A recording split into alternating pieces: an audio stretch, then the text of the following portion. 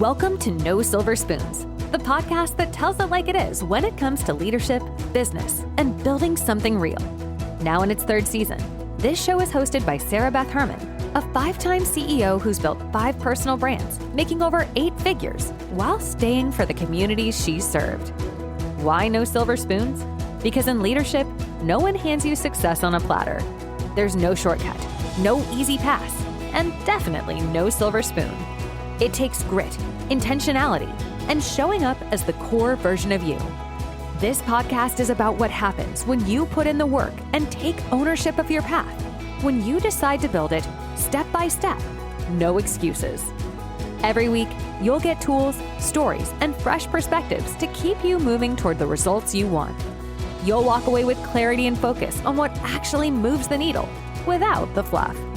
And with Sarah Beth's sharp insight, infectious energy, and no-nonsense approach, you'll remember why you're here: to lead, to grow, and to make it happen. So buckle up. This isn't just another podcast. This is No Silver Spoons. Let's get to work. Now, here's your host, Sarah Beth Herman. Welcome back to this episode of No Silver Spoons. Today's episode might ruffle a few feathers, and honestly, kind of hope it does. Because we're about to get real about something that I see every single day on social media. And I think you know what I'm talking about. The quote resharing, the vague posting, the deep sigh, the emotionally heavy, the over-filtered graphics that say things like, "Don't cross oceans for people who wouldn't jump a puddle for you. Sometimes you have to be your own hero because people will fail you." Or healing looks like cutting people off. I think you've heard far more than that, and maybe you haven't heard these, but I think you get the gist. Because at first glance, you think, wow, she's going through it. Or maybe you think she's sharing that because she's growing, she's evolving, she's healing. She's becoming this inspired version of herself. But I want to tell you a little bit about someone that I know. And I've changed her name because you guys know I change the names of everybody in my episodes. I never want to call out people in real life or for you to be able to find them. But I want to tell you about this, and honestly, no shade whatsoever, because I say this with love and experience. My friend Vanessa, I see the story behind the story with her. Her curated little collection of quotes isn't really about self-discovery. It's subtle sabotage. She's mad, she's hurt, and the world is going to know without her ever having to say it out loud, because those quotes, they're not actually affirmations. They're indirect stabs, and they're only hurting her. And listen, I get it. I've been Vanessa, and maybe you have too, sharing quotes that sound poetic, but they're actually passive-aggressive punches wrapped in some beautiful cursive font. But this episode, it's about what those quotes do to your mind, your brand, your peace, and how I want you to learn to flip the script. Here's the deal. Your brain loves negativity, and it's not your fault. It's biology. Negativity bias is the scientific term for our tendency to notice, focus on, and remember the bad more than the good. That's how we survived saber-toothed tigers and betrayal in the tribes. But now it's about showing up in your feed, your thoughts, your reposts, your late-night scrolling. Scientists say that we react more strongly to negative images, words, and experiences.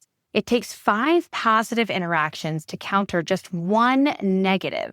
So when Vanessa shares a quote that's dripping with heartbreak, she's actually amplifying her pain and ours. Now let's clear something up though. I'm not about toxic positivity. You know the kind. Good vibes only. Everything happens for a reason. Just smile through it. No, that's also exhausting. It dismisses pain, it ignores struggle, and it creates shame when you're really not feeling 100%. But here's the twist. Resharing heavy, negative, or revenge-driven quotes isn't the opposite of toxic positivity. It's just a different kind of trap. One that keeps you stuck in the story that you are what hurt you. And that's not the truth. That's programming. Let me tell you what I want to see more of in my feed, and what I hope you will consider. Quotes that honor real emotion and real growth. Posts that remind you of who you are, not just what wronged you. Stories that don't just sting, but that stitch you back together.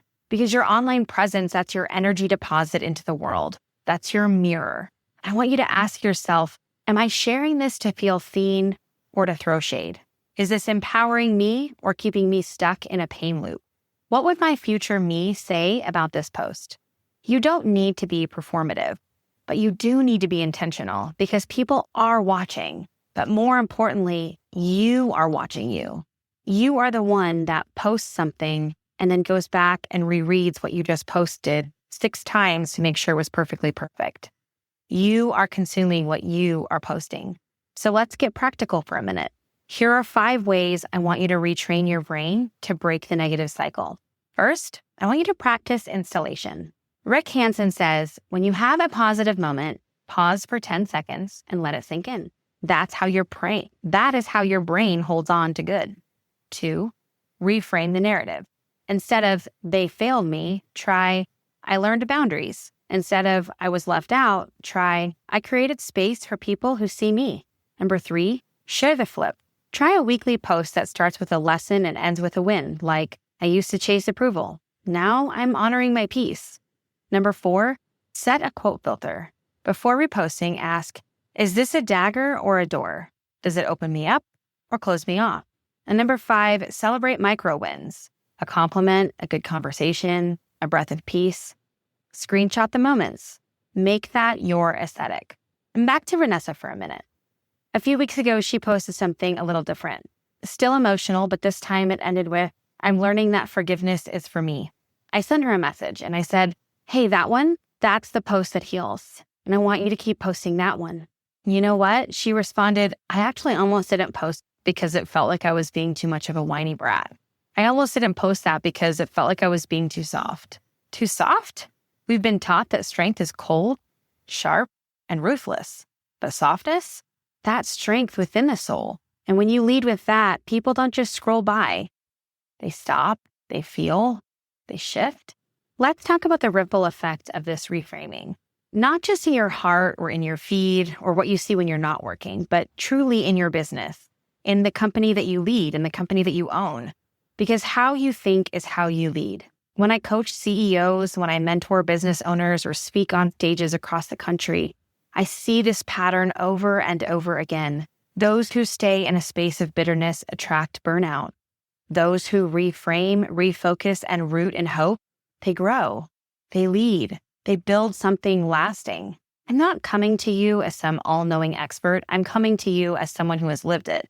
I've been in the middle of the hurt, the betrayal, the quiet rebuilding. And if I could share even a portion of what I've learned in those trenches, that to me is success. So whether you're running a company, starting a brand, leading a team, or just trying to be more intentional in your everyday life, I want you to hear this.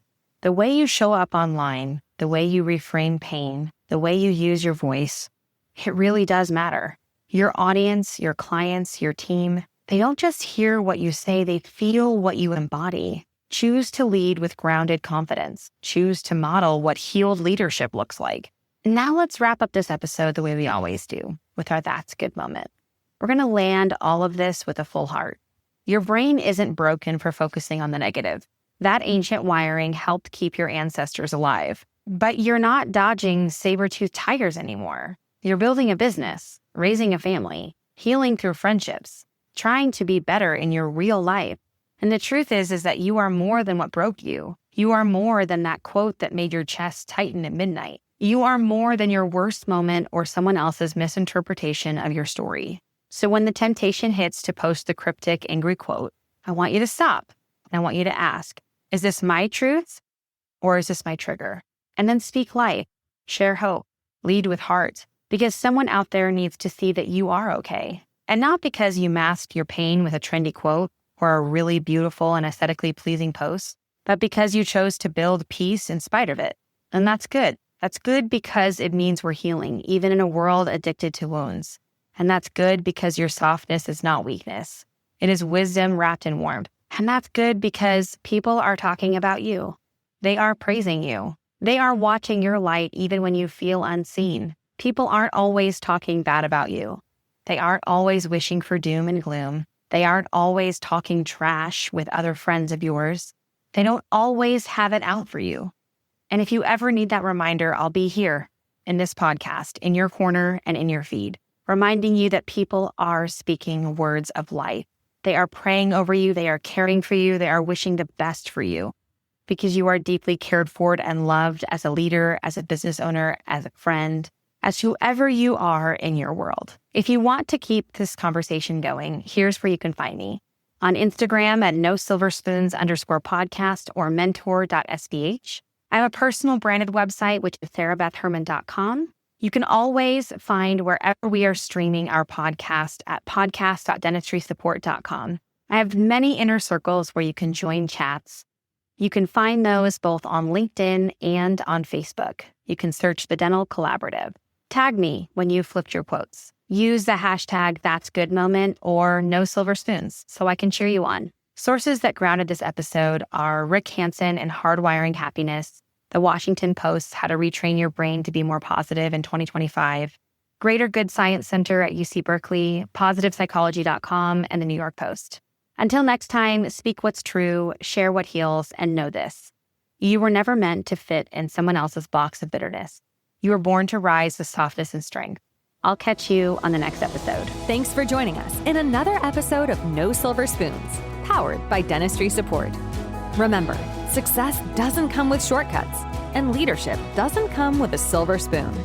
It's built on hard work, intentional action, and the decision you make every day to keep moving forward. If you're ready to connect or join the conversation, text us using the link in the show notes or visit sarahbethherman.com for more. And while you're there, don't miss our digital library, packed with tools to help you keep growing and leading with purpose. Keep showing up, keep doing the work, and know this, you've got everything it takes. We'll see you next time on No Silver Spoons.